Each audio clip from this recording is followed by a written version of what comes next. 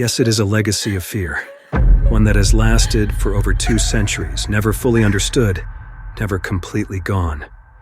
We need to know. Could a spirit truly commit murder in such a cold, calculated manner? Or was there something far more tangible at work? Could someone from within the Bell family have had a far darker hand in his death? Each member, gripped by fear, secretly wishing for John's death. Was it jealousy, resentment, or the overwhelming pressure of a haunting that had worn them all thin? And if someone had poisoned him, who among them was capable of such a thing? In the rolling hills of rural Adams, Tennessee, the Bell family set down roots in 1817. John Bell, a successful farmer, and his wife Lucy were looking for peace and prosperity for their growing family. Little did they know, the land they had chosen would soon become a place where terror would fester. Their farm, initially a symbol of hope, soon became a site of unease. It started slowly, a bump in the night, the sound of things moving where there should have been none. In 1819, the first true sign of the presence that lurked within the Bell home began to reveal itself. Strange scratching noises echoed through the walls, but that was just the beginning. The very air seemed to hum with something unseen. The family began to feel the weight of an oppressive force pressing upon them.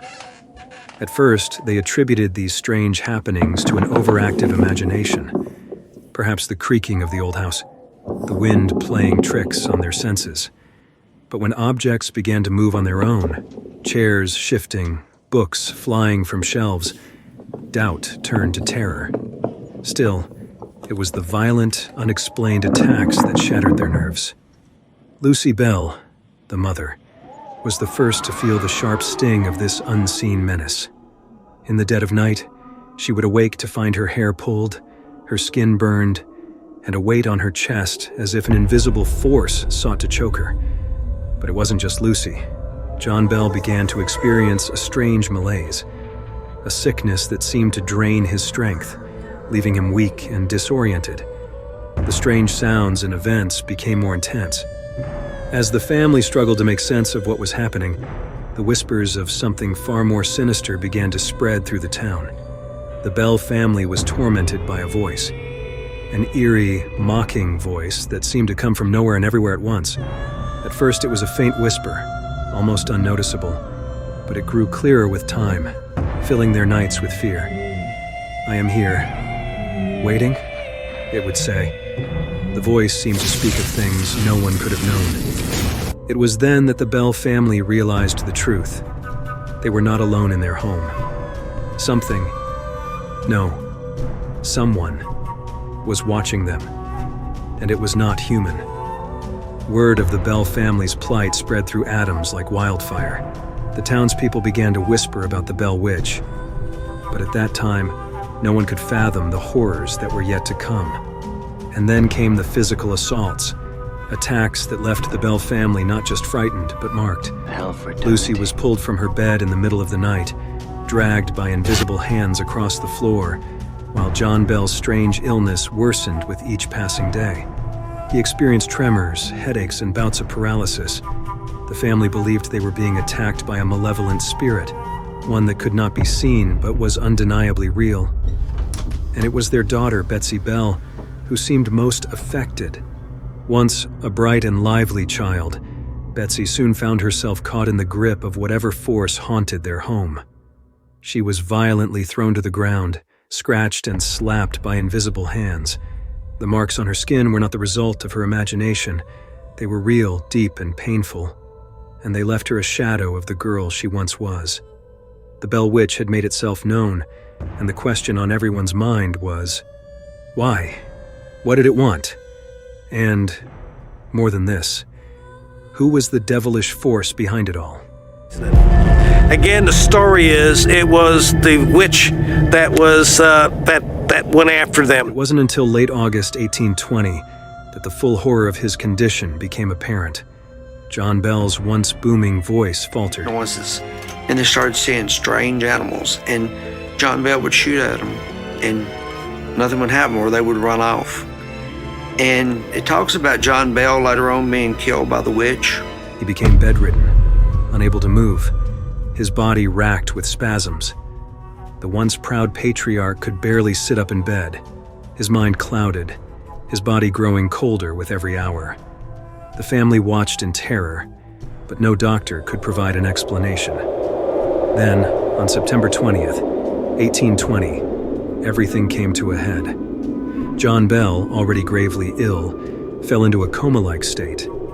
His family, fearing the worst, sat by his bedside, helpless. But it wasn't just his body that was failing. His mind was slipping away as well.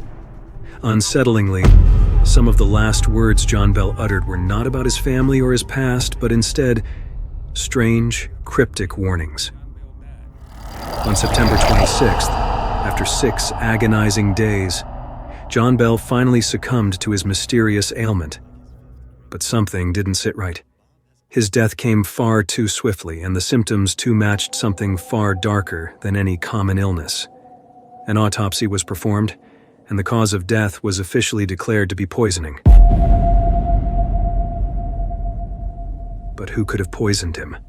Was it the same unseen force that had tormented his family for years? Or did someone within the Bell family or their circle of acquaintances have a far more personal reason for wanting him dead?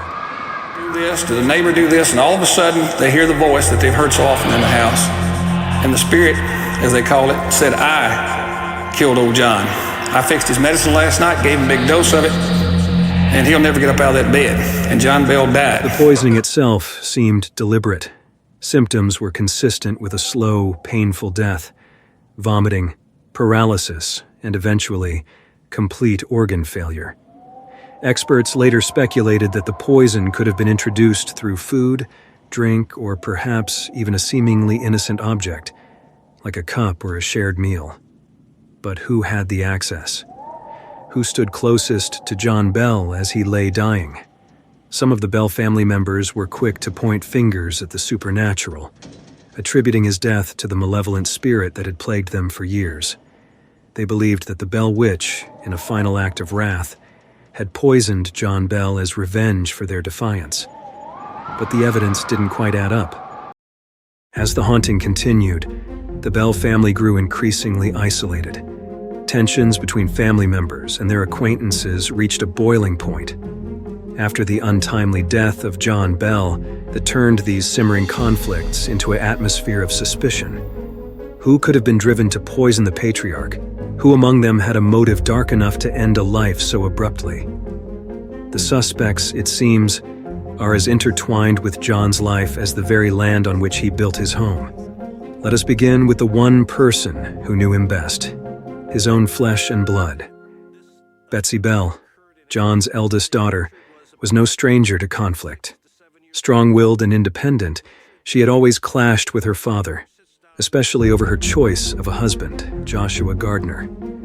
John vehemently opposed the union, citing Gardner's unsavory reputation. His refusal to grant his daughter permission to marry led to months of heated arguments, leaving Betsy feeling more and more trapped in her father's oppressive grasp. But the tension didn't end with her engagement. There were whispers of resentment within the family. Betsy, a woman of passion and defiance, stood to gain considerably from her father's death. As the Bell family's only daughter, she could inherit a portion of the estate, land that, in 1820, was more valuable than gold. Could her father's growing illness, which seemed to paralyze his control over her life, have ignited a murderous impulse? Was the Bell Witch, in fact, her own bitter anger masked as supernatural revenge? Or did the long-simmering family disputes push her beyond the breaking point? Then there was Esther Bell, John's daughter-in-law. Married to John's son, John Jr., Esther was caught between the pressures of family loyalty and her own rising frustrations. Her husband had long been a man at odds with his father, their relationship plagued by disagreements over land and inheritance. It's said that John Jr. felt overshadowed by his father's authority, and Esther, ever loyal to her husband, no doubt shared his growing discontent. Could Esther's resentment, born from years of subjugation, have driven her to eliminate the man who stood as an obstacle between her and the life she desired? Not all the suspects were blood relations. a neighbor of the Bells, also had reason to harbor ill will.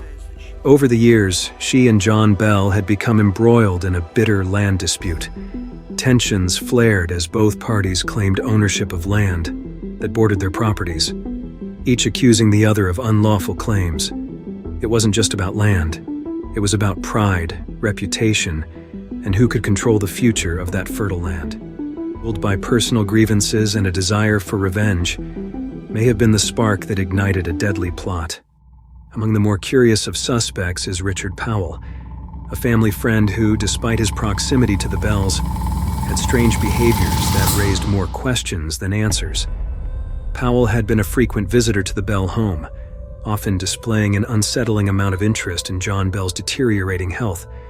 Some said his concerns were genuine, while others whispered that Powell's interest was far more personal. Powell was known to have been in close contact with both John and his family during the critical days leading up to John's death, but his behavior was anything but ordinary.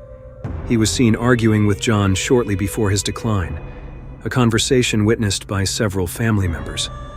Some even speculated that Powell might have known more about the Bell family's finances and land than anyone would have liked to admit. Could Powell have been angling for more than just friendship? Was he seeking to claim a piece of John's land, or perhaps inherit something of value once the patriarch was gone? Was his concern for John Bell merely a disguise for something more sinister? The truth is, the Bell Witch legend was not just about a haunting. It was about power. Power over land, power over legacy, and power over life itself. Each of these individuals, driven by their own desires, were entangled in a web of motives, each one shadowed by personal greed, revenge, or unresolved tensions. As the Bell family fell further into despair, they were not just haunted by an unseen force. They were haunted by the darkness within their own hearts. And in the quiet, twisted corners of this rural Tennessee town, one truth remained.